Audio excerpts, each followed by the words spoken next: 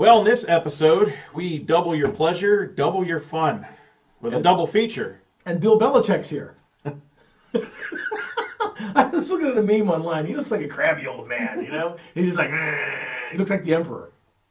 He is the emperor if you think of it. Oh, we're getting off topic. We are. Go ahead, do your thing. Yeah, stay tuned, because we're hitting you up with a double feature this time. Bucket of Blood and A Dangerous Game. Ooh, good movies. Yeah. Especially The Most Dangerous Game. It's almost the 100th year anniversary of that film. Really? It came out in 32. So another, 11 years, 12 years?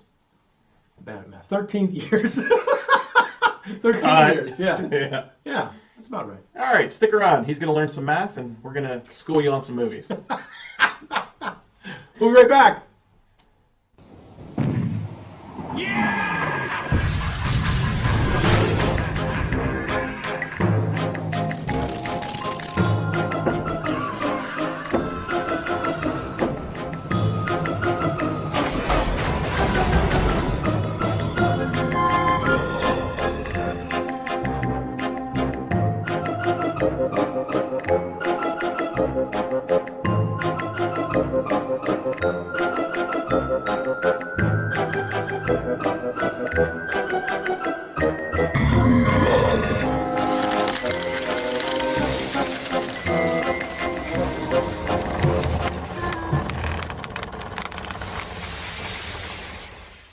Welcome to Walk the Plank, the Dead and Buried Treasures pre-show.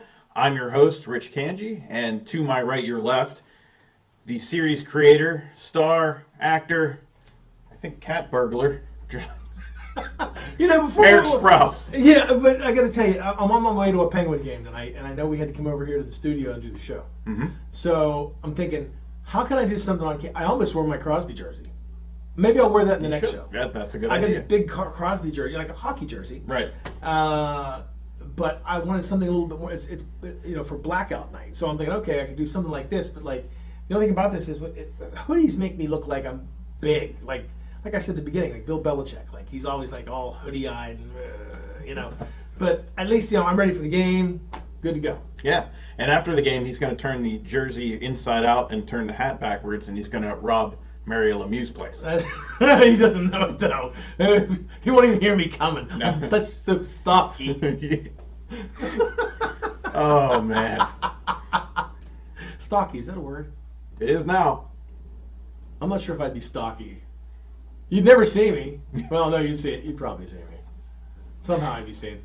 Hey Mario, I'm not really robbing your house. Okay. I don't think he watches this show. I know. But somebody somewhere will say, and then Eric Sprouse, I heard him. He said he's going to rob Mario's house. And all of a sudden, Mario's house is like robbed. And they're going to be like, yeah. And this is all evidence right here. Being a Pittsburgher, I know how we do math. Yeah. Yeah, it's like, Sprouse said he was. Yeah, it was on the air. So yeah. And him and Bill Belichick are going to rob Mario's. Yeah. That's what it'd be and like. If it's on the internet, it's true. So That's right. That's what my college students think. See? If it's online, it's true.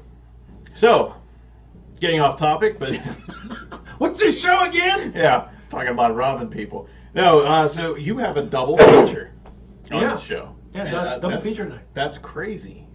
That's the first time here, huh? Yeah, it'll be a lot of fun. We're going to do a double feature of a couple of movies, or not so much. Well, one of them's kind of horror themed, but the other one is more like an adventure movie. Mm-hmm. And that would be The Most Dangerous Game, right? With Fay Wray. Yeah, from King Kong. Who would have guessed, right? She's the King Kong's girlfriend in this, so you better not be messing around on this island. But yeah, so it's gonna be a lot of fun. The Most Dangerous Game came out in 1932, so like I said before, it's we're only 13 years off from that anniversary. Mm-hmm. So probably, I'm guessing, everybody in that film is probably long gone by now. But it's a good movie. It's about a boat that crash lands on an island, and there's a crazy billionaire who lives on the island who's retired. He's a game hunter, and he moved to this millionaire mansion on the island just to hunt game for sport. So when the people crash there, that's the ultimate sport. So the most dangerous game, he starts hunting them and picking them off one by one. Wow, so this is almost like a horror version of Gilligan's Island. Yeah. Because you had the billionaire and his wife. Yeah. In this one, they're hunting Gilligan and the skipper. And Yeah, there's not a lot of comedy in it, but there's a lot of really cool camera moves that were before its time, like the big dollies and the slow zooms and the moving stuff like that. I thought it was very creative, especially for its time, because nowadays you can use a camera that's like as big as the palm of your hand, Right. and you can do this stuff and make it real easy. Back in the day, your camera was about as big as me, Bill Belichick, and you have to move it through the woods and through the vines and everything. And I'm almost sure that about 95% of this film was shot on a soundstage. Really? Yeah, none of it. There was a few very small parts shot on the island itself. Even when the boat, the boat's a miniature, and in most of the shots, it's a miniature. Even on the big explosion scene. But so yeah, that's the first movie of the double feature, and then we have Bucket of Blood. Bucket of Blood. Yeah. So, and that's with the late Dick Miller. In fact, he just passed away. Wow. And I just discovered this. He died last year. And so Dick Miller was an icon in the horror industry. In fact, he still went to conventions even in his advanced age. And he was in he was in Gremlins. He was the guy who was like, Gremlins are in my... And he was from like the World War II veteran. Yeah. And he was in Chopping Mall, which is coming up later on this show as the season goes on. And what was the one that he was... Bucket of Blood, of course. There was another one he was well known for. The name escapes me right now. I'll probably remember it later on. But he was like one of those icons in horror that you knew his face. You might not know his name, but he would make some fun films for horror. And so he does A Bucket of Blood. And that one, of course, is about a starving young artist who finds a different way to make art by killing the models, covering them with plaster, and then it's easy. They look amazing. Right. And so the critics are all like, oh, they love it. But when they start finding out there's bodies in there, it all starts to go awry. That sounds great. So it's a lot of fun tonight. So, my other favorite part of doing this with you, other than just spending time with you, of course. How else would you want to spend a day? I don't know. I'd like to hang out with Eric Sprouse. Yeah. No, it's good. It's educational. Who doesn't? This is like an educational show, not just for you, but yeah, for me. it is. It's I learn a lot. educational. But my favorite part is when you bring on props from shows that you do, because there's a lot that goes into Dead and Buried Treasures, not just the editing you do, because that's crazy hard, and there's a lot involved in that, which we'll definitely talk about that more, because that's a whole show in itself. But the props, I always love to see what you're bringing to the show, because some of them are just simply things you have found in stores, some you've ordered online, some you've made yourself. Yeah, I have two tonight. I have one that I did find that we used on the show is a radio, that we used a radio back and forth from like the scouting party on the island or whatever to the ship. And we have another one that's a special prop that's going to be seen in next episode. We're introducing a new character. Spoiler. Spoiler alert. Yeah. We have another character. So So we got, this would be the radio you speak of? that's the radio. Yep. Yeah, I do remember seeing this. I even see this in your intro floating on by. Yeah, that is the one you see in the intro of the show floating pretty on cool. by. It's really cool. So how does this Well, work? it actually does a whole thing, and the way I needed it is whenever I have to communicate with the mainland from the island, I'll kind of give it a, and then it kind of goes like that, and then you can think, Jack, I'm here on the island. I don't have any reception here, but that's how we do it, we get back and forth. But it wasn't made like that. It was made to be a haunted radio, so when it's on the air, it actually plays this.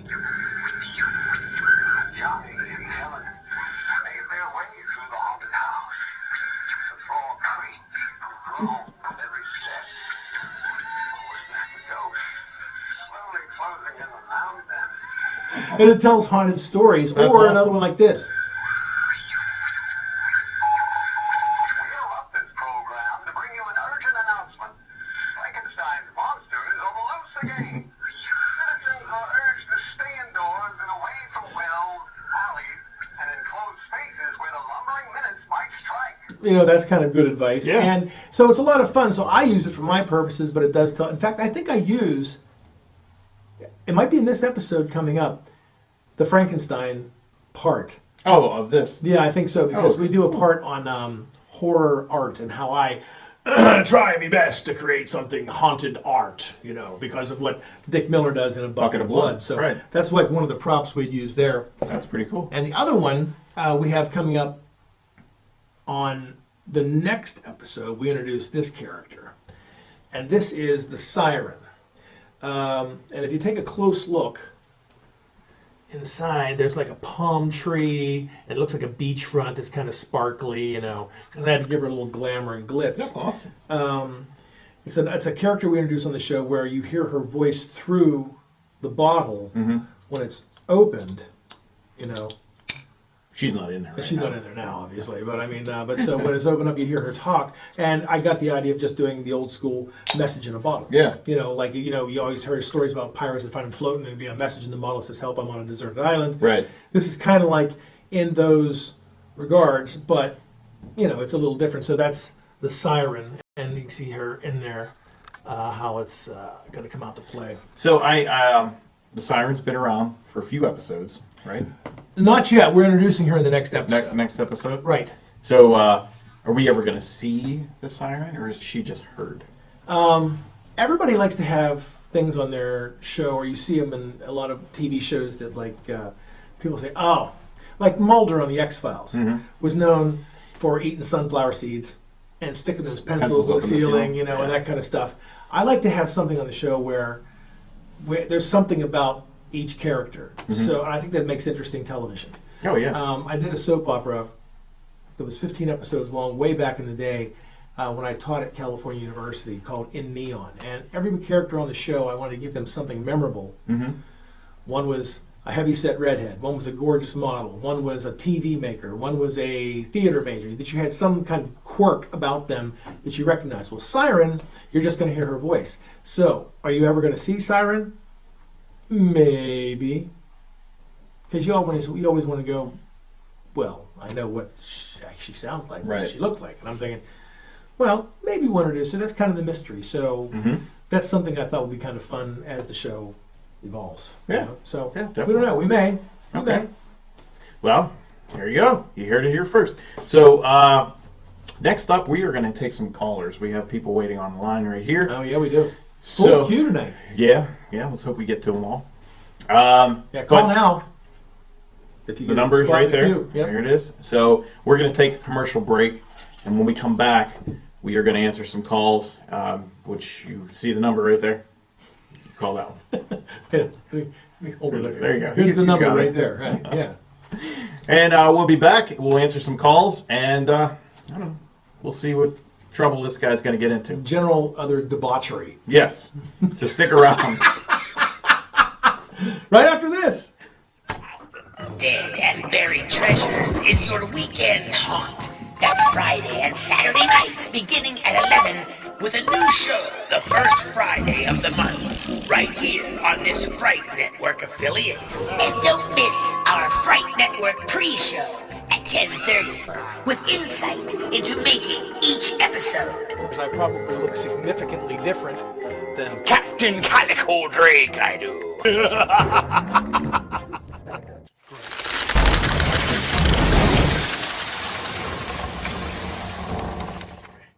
Welcome to Walk the Plank, the Dead and Buried Treasures pre-show, and this is your favorite part of this show. It is. We get to talk with the people. You do. He's reaching out to the people, one caller at a time. I'm the king talking to the masses. And our first caller is not me, although his name is Rich and he's from Beaver Falls. Oh, very cool. I can't be in two places at once, but so Rich from Beaver Falls, welcome. How's it going, Rich? Hello, gentlemen. Thank you for taking my call. Sure. I've only recently started watching the show, but then I saw it at my aunt's house over Thanksgiving. But I noticed it wasn't the same episode that was on where I actually lived. So, like, there were two different episodes on about the same time. So, my question is, how did that happen? And two, can you talk about the show and how it's expanded in the area, how it's gotten bigger? Well, I think I can answer both your questions at the same time. A lot of people in the Pittsburgh area remember Chili Billy in the 80s, 70s, 80s, 60s, 70s, 80s, and he was a great horror host. And there's been other horror hosts since then. A lot of them do it on networks. We go through cable providers, and we go through cable stations and public access and stations like that in the area, Comcast. So that being said, when you talk about he said his aunt? Mm-hmm. His aunt may live in the Comcast viewing area, which might be airing an episode we produced 3 weeks ago. But when he goes home to downtown Pittsburgh, now you go from the Comcast viewing area to the PCTV viewing area. So all of a sudden now you have another episode that we produced yesterday there. So, and they all air generally on the weekends, late night television, like 11 o'clock, midnight. There is another affiliate that airs us on Thursday nights for now. But then you also have other networks like the Monster Channel and the Vortex, which can air us whenever they want. Sometimes we'll be on a Wednesday night at 9 or a Saturday night at 8 kind of thing. So we're all over. Mm-hmm. We tried in the beginning to try to keep it Fridays and Saturdays at 11, but when you deal with so many different contracts and cable providers, it's difficult to do that, because that's what I'd like to say is we're on at one time, but the more popular you get and the bigger you become, we're kind of at the mercy of the people who run the station. So we take whatever they offer. So it's really nice to have, and it's nice too because you may have an episode on tomorrow night that's not the same one that's on tonight, so you get different shows on different nights, and it's kind of a nice thing to have, a pleasant thing to have in reality, So basically what he's saying is, if you don't like the episode that's on at your aunt's, run home and put it on your on your network and see if you like that one better. Yeah, right. And it's all about options here. Oh God, this sucks. And it's like, I'm going to my aunt's house. See you later. And all of a sudden you're over at your aunt's house, like, this one sucks too. And we're like, that's the point of being, when you make sucky television, it's supposed to be bad. Yeah, right. So even if we make a horrible episode, it's being done on purpose. Right. That's why at the end of the thing, whenever they said, what's a production company that does these? And I said, it's Wonder Video Services. Yeah. If it's a good video, it's a wonder. Yeah. I love it. So, man. So our next caller is Sam from Rostraver. Sam, how's it going? Hey, thanks for taking my call, Ken. I know this is a bit late, but I couldn't get through the phone line last time. A while ago, you mentioned that Jack was an actual toy product. I was hoping to get it for my son for Christmas because you said it talked and moved and sang and did things like that. Well, it turns out his birthday's coming up next month, and I was wondering if you could tell me once again what toy company it was made from. My kid would love it because he loves your show. When Jack comes on the screen, my kid he's glued to the TV set. So I greatly appreciate that. Thank you guys, and Merry Christmas, Happy New Year, and keep up the good work, Happy Anniversary, and all that happy stuff. And you guys are doing great. Well, thank you very much. I appreciate that. What did you say his name was? That's Sam. Sam, thank you so much for the kind words, Sam. Jack is, we don't have big spanning Spielberg and Lucas budgets here, so we get along with what we can. Jack was a toy that we had found that was perfect for the show, because I was looking for a co-host, and originally, I'll try to keep reminding me, I have a puppet. Mm-hmm. It was going to be a puppet. Oh, yeah, that's bird right. That I keep wanting to bring on the show, and I always forget. Mm-hmm. And he looks very different from Jack. He looks a little almost real, but he was almost a co-host. So when I saw Jack, or the toy that is Jack, I was walking through a Target one day, and there he was up on a shelf, 3 of them, and I said, "Oh my, that's kind of cute." And he plays and he sings and he talks and he does all kinds of stuff. And I started monkeying with him. And I must have spent an hour in the store going, because I'm like, here's my new co-host. Yeah. And he was pretty expensive. I think it was like maybe around $70, $80. Yeah, those things. And I remember I said, just in case one goes out, I bought a couple of them. But I tell you what, to answer your question, I don't know what the name of it is, but it's the Fur Real Corporation, and we're gonna maybe sell a few on the website once we get that up and running here. It's FUR-REAL, Fur Real, and he was a limited edition. So I'll warn you of that. Maybe that's why he's so expensive, because you'll see some of the ones for like dogs and cats and Yeah, they have all kind. They even have a dinosaur. yeah, My daughter yeah. has the dinosaur. And I saw that too. But and the thing is, those sometimes run like $30, $40, and I'm wondering if maybe because I got the cockatoo, it was more expensive, because he sings, he dances, he talks. You'll press his nose and you'll say a statement, and he'll repeat it back to you. And they're designed for children, and they're a great thing. They're awesome. They dance, they sing, they move, they're animated. You can see how Jack does his thing, and that's one of the reasons I loved him for the show, because it's just perfect for what we do here. So it's the Fur Real Corporation. Yep. There you go. Yep. Oh wow, we're going to Scott, but he's not from around here. Scott, where's Yeah. he from? Scott is coming from Tampa Bay, Florida. Oh wow. Oh, through YouTube. Hello, Captain Drake. Yeah. Am I on the Yeah. air?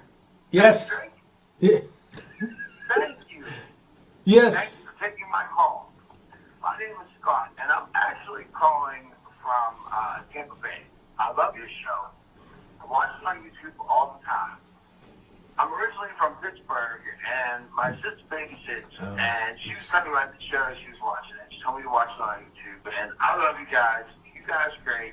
And well, I was wondering, I know you guys always preview movies and the films you're going to host on the show. Yeah. But, Yeah. do you guys ever preview some of the actual shows you're going to do? And what are some of the plans coming forward for Captain Drake and the gang? I will hang up and listen to your answer. And once again, thank you for taking my call. Not a problem. Thanks for calling in. Thank you, Scott. No one really ever asked me that before. No, it's an incredible process. He has a giant dartboard, and he just closes his eyes and throws the dart. Today's plot is going to be, Writes them all down now. which ain't that far away from the real thing. I sit there, I'll have a drink, and sometimes, I remember Dana, who plays Gertie. Dirty Gertie on the show, Professor Gertie, whatever you want to call her, asked me, how do you come up with all these ideas? Sometimes I just sit at the computer, I just start typing, and if something pops up, there it is. And I Sounds just gotta good, you roll just with build it, on it. I generally have a formulated plan of some type, and then it just kind of evolves. But yeah, there's a couple of shows coming up. I want to introduce a bad guy on the show in some way, so you'll see that we want to have a recurring villain on the show, which is coming up. The next few episodes, we introduce, of course, the Siren that we talked about in the pre-show. She plays an integral part in things going on. We find her floating in the ocean, that kind of thing. And then, of course, I want to have some kind of a mythology. And I'm not sure what that's going to be yet. I think it's going to have something to do with the location of the island of dead and buried treasures. Something about how, and obviously how it's an enchanted island. I thought, how can we make this thing really interesting? So we want to have, because ultimately we're showing public domain films or some kind of movies, So I thought, you'll probably see it in the next episode, if not the one after. I had the idea, because I have a Christmas tree at my house that is still up. My mother-in-law would be like, "Take that down!" She's the kind that takes Christmas down the day after. You gotta be like, "Oh, what a Christmas morning!" You walk out in the January kitchen, all of a 1st, sudden it's done. no, December 26th. Oh. Like the day after Christmas, after it's Christmas. gone. Oh, There's I get it. nothing. No tinsel. It's like the Grinch. Like it never you even see existed. the little tinsel ball rolling across Yeah. the floor, and she's gone. And she packs it up in her sleigh and takes it back up to the attic. And so I have my Christmas tree up, and I have movie ornaments on my tree and nothing else.